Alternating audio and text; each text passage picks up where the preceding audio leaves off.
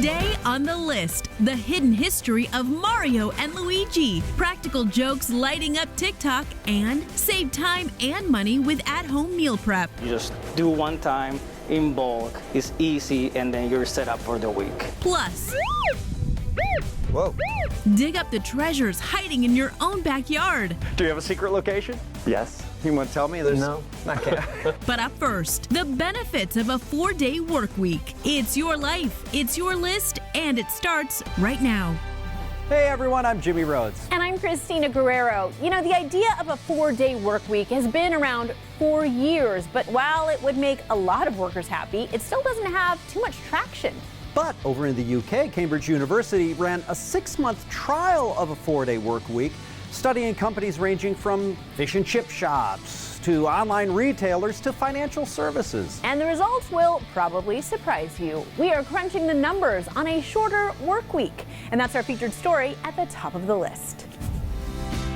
A study done in the UK in 2021 by 4-Day Week Global on the ins and outs of a 4-day work week was the largest of its kind ever. Spoiler alert, if you like 3-day weekends, the news was good. 61 companies participated across multiple industries, and what they found was that job satisfaction and employee well-being increased, burnout and stress decreased, And productivity and revenue? both of those actually increased. 92% of the companies are actually staying in that pilot. To learn more about this shortened work week, Scott Moutz, author of Leading from the Middle, explains how companies can make this work. For starters, get clear on expectations. This is now a productivity game. You have to be clear on what your goals are because there isn't time to waste. You have to get 5 days of work done in 4. Are you clear on what your employee expects from you? Hey, are you clear on what your boss expects from you? But trust the employees because, The incentive of that extra day off is probably all that you're really going to need. however, Managers can also be sure they're investing in over-communicating with their employees, treating communication of information and goals and strategies and directives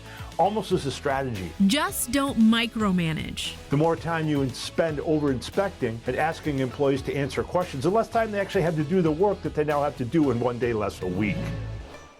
Next, make meetings count. If you're going to get 5 days of work done in 4 days, you can't be spending all that much more time in meetings. He says a good rule of thumb is If you need a decision or if it requires live collaboration with people in the room, you need a meeting. if it's information sharing or an update. You probably don't need a meeting. As for how many people need to be in that room, Follow the one pizza rule. if you have more people in the room than you could feed a large pizza to, You probably have too many people at the meeting. with less meetings, you can also establish focused work periods. I know a lot of companies institute no meeting Thursdays or no meeting Fridays where you simply work quietly on your own getting the work done that you need to get done. If you're a leader, You could establish office hours where employees know they can find you and access you to get problem solved. but don't be too specific about the focus time. You have to be flexible in letting people find focus in their day. Finally, embrace productivity tools. For example, Slack. It's a real-time, quick message chat that allows you to find anybody right when you need them. You can communicate back and forth much quicker than email. But be wary of introducing more platforms because Studies show 68% of us toggle back and forth between 10 productivity applications already. and Scott says 70% of employees Waste the equivalent of 1 hour a day just switching back and forth between productivity applications. So when burnout and stress are lowered, You come in more energized and it produces a very positive cycle. saying farewell to the 5-day work week is at the top of the list.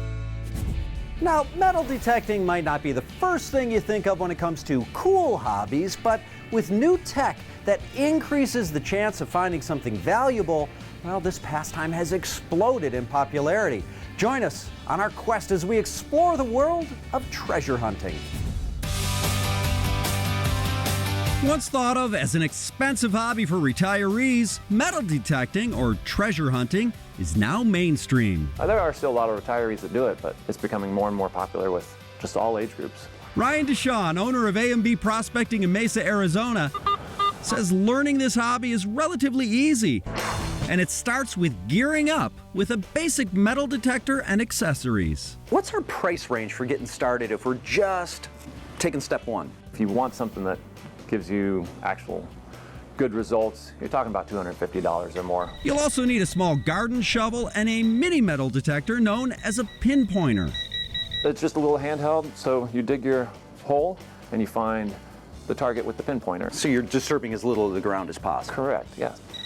There you go. These run about $25 and up online or at your local prospecting shop. Next up, search techniques and locations to look for treasure. Beaches, campgrounds, and parks are all good choices for beginners. Most public parks, you are allowed to do it as long as you leave it as you find it. Operating the metal detector properly takes practice. The idea is to keep it parallel to the ground. The biggest mistake people do is they arc the metal detector and they lift it up. So you always want to scoot it along the ground. You'll also want to search in an area or grid. Ryan likes using landmarks as a reference. You choose a landmark and just kind of start in a little small area. All right, so I'll head toward the trees. And when you do get a hit, lock down the location by turning the detector 90 degrees. There you go. All right, and then I do 90 degrees. Yeah, so you were right on it. So it is about right there. We'll wrap with etiquette. This means filling in holes and respecting the land. This isn't great looking turf, but what's the etiquette about replacing this divot? Usually on grass, you want to try to cut a circle, cut a core.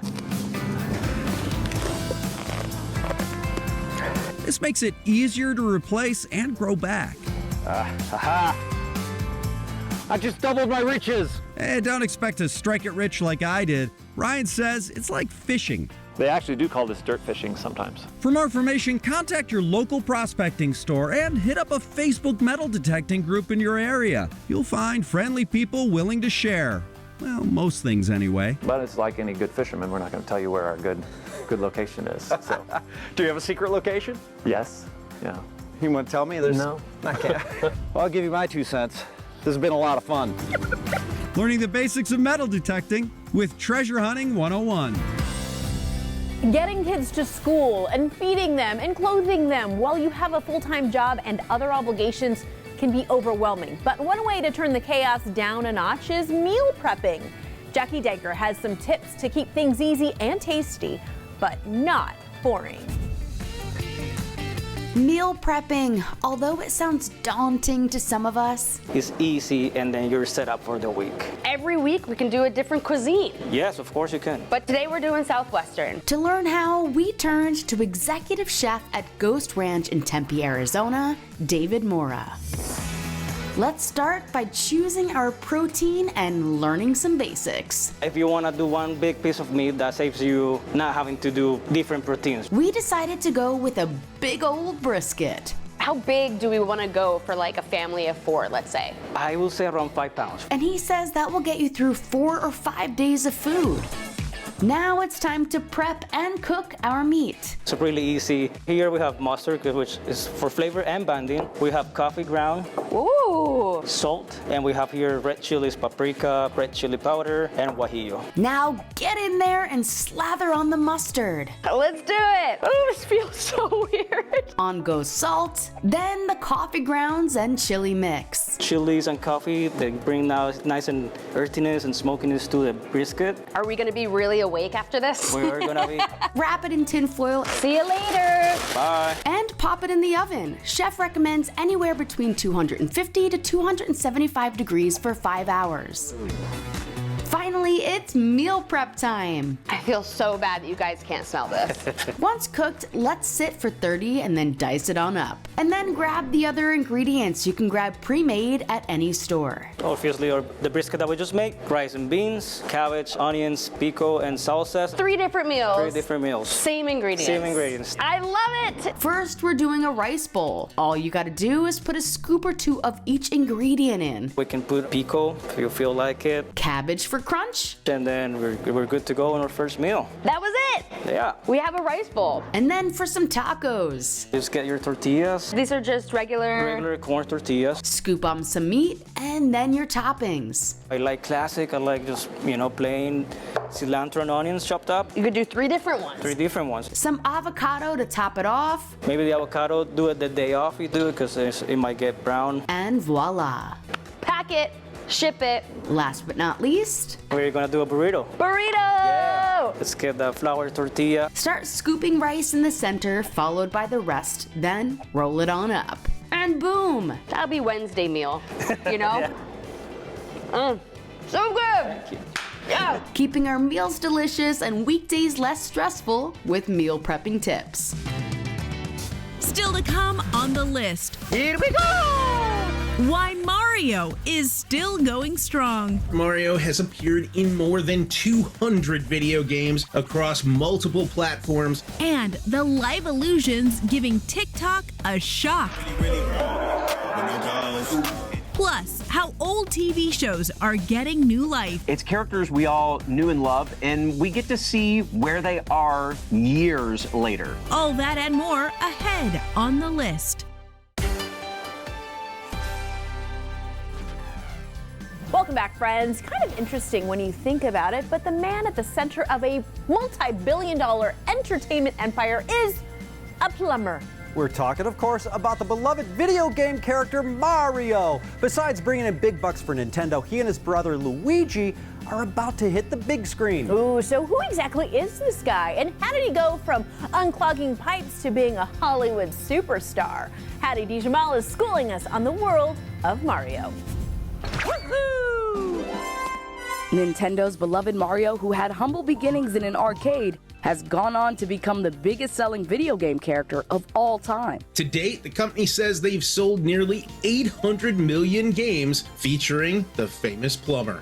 Pop culture and toy expert James Zahn has some fun facts from the world of Mario, beginning with his surprising origin story. I'm Popeye the Sailor Man. Yes, Mario owes Popeye a few cans of spinach. The reason being, the original game in which the character appeared, Donkey Kong, was originally intended to be a Popeye game. But Nintendo couldn't get the licensing, so instead of Popeye, we got Mario.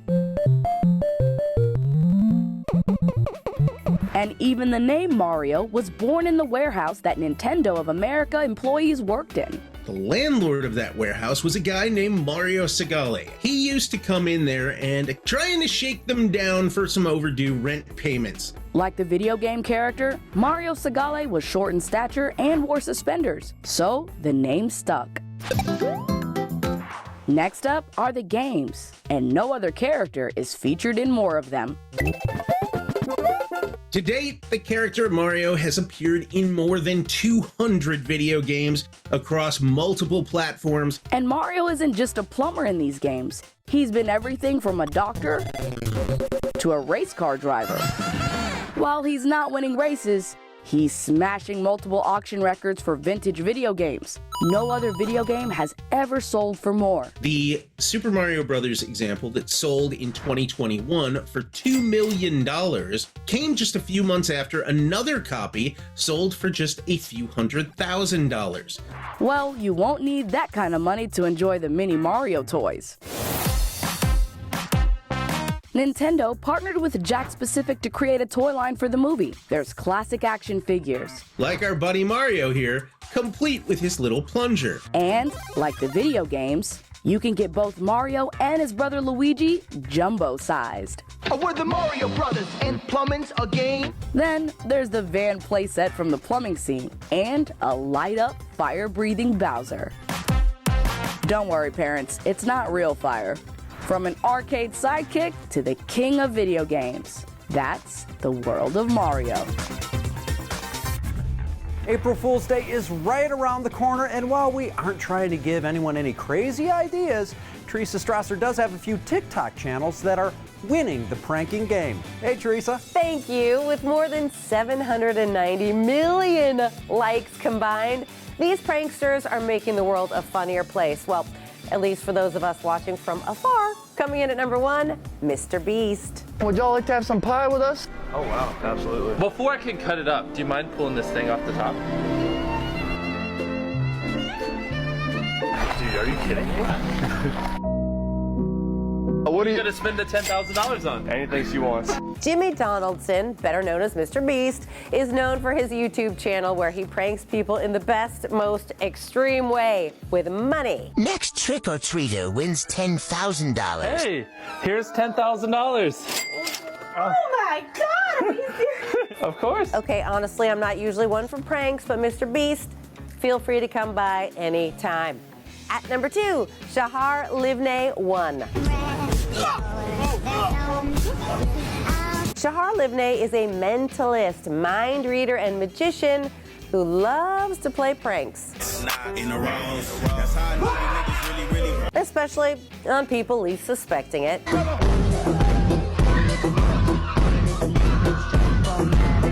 He's just like us. He puts his pants on one leg at a time, and then he creeps people out with them. And last on our list of TikTok pranksters, Bay Area Bushman.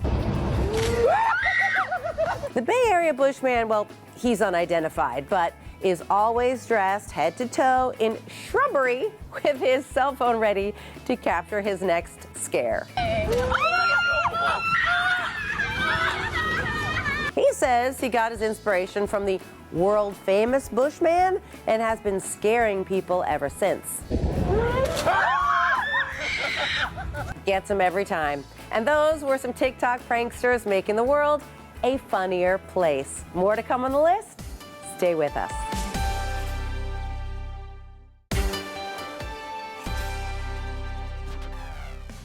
Welcome back, friends. On today's watch list, okay, we've got Will and Grace, Saved by the Bell, Fuller House. Now, those are just a few of the sitcoms that have been successfully brought back. And now there's a new crop of reboots in the wings. We have the scoop on these old shows becoming new again.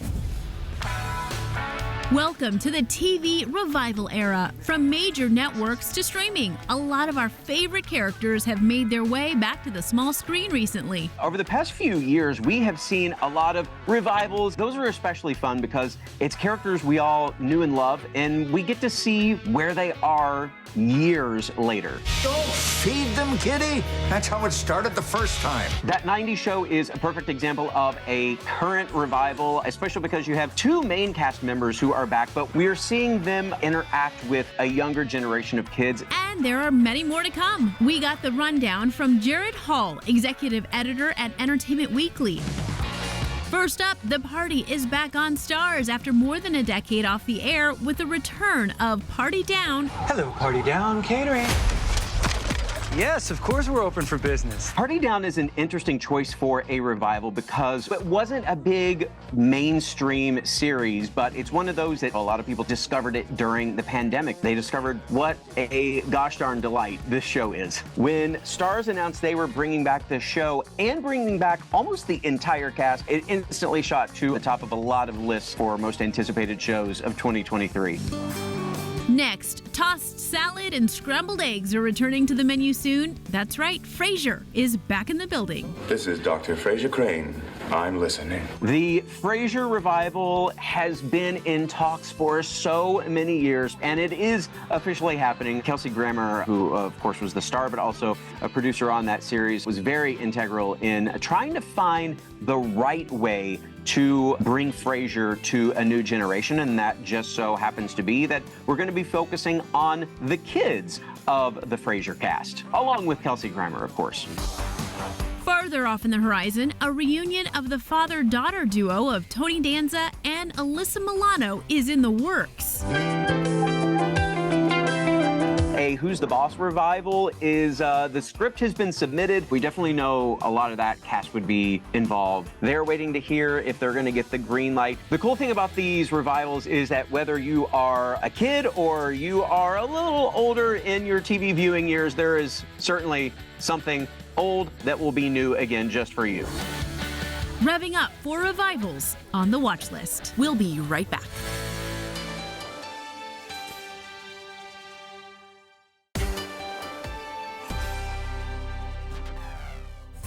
Hey guys, welcome back. It's time for What's Last on our list. And maybe, Jimmy, you've heard of this from ABC News. Actor Ben Savage is running for Congress. Huh, never heard of him. Oh, come on, Corey from Boy Meets World. Oh, Corey's running for Congress? Oh, he's all grown up. I haven't seen him since college.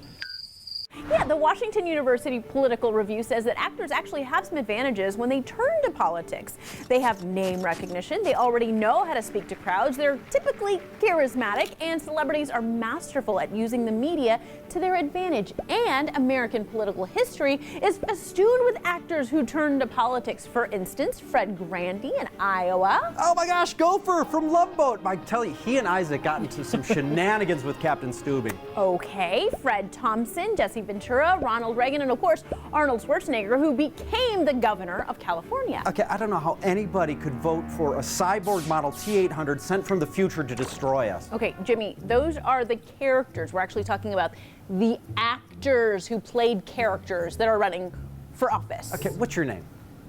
Christina Guerrero. That's TV's Christina Guerrero. And if you ran for office, you would run as? TV's Christina Guerrero. I rest my case and accept your apology. Jimmy, I am not an actor, though. I really am Christina Guerrero from TV. Sure.